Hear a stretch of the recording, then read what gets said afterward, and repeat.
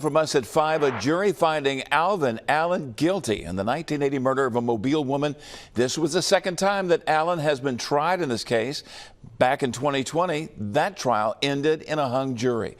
Fox News' Brendan Kirby now joining us live from Government Plaza. Brendan, describe for us the scene inside the courtroom when that verdict was read.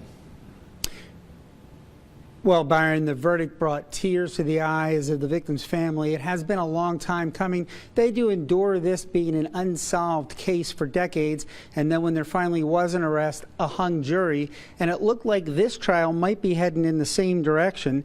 At one point, jurors told the judge that they couldn't agree on a verdict. He sent them back to try again, and they returned with a unanimous verdict.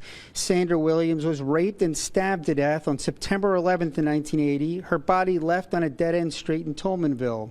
At the time, the technology didn't exist to test for DNA, and the trail quickly went cold.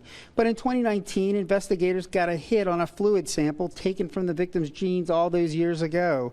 That led them to Allen, who was living in Mobile. According to testimony, he lived at the same apartment complex as Williams in 1980. Prosecutor Ashley Rich contended that Allen raped the victim at knife point and then stabbed her at least 15 times. Defense attorney Dennis Nisley contended that his client and Williams had a consensual sexual relationship, but that Williams, who was white, hid it from friends and family because of the racial taboos of the time. Judy Barfield, the victim's sister, was just 7 years old at the time of the murder. She and the defendant with starkly different reactions. We needed all the evidence to come out, and it did, and we're thankful for it. So we're going to go celebrate. Of course, he's devastated. We had hoped for a totally different outcome, and it looked like the case was going toward a mistrial. Nisley tells me that his client does plan to appeal.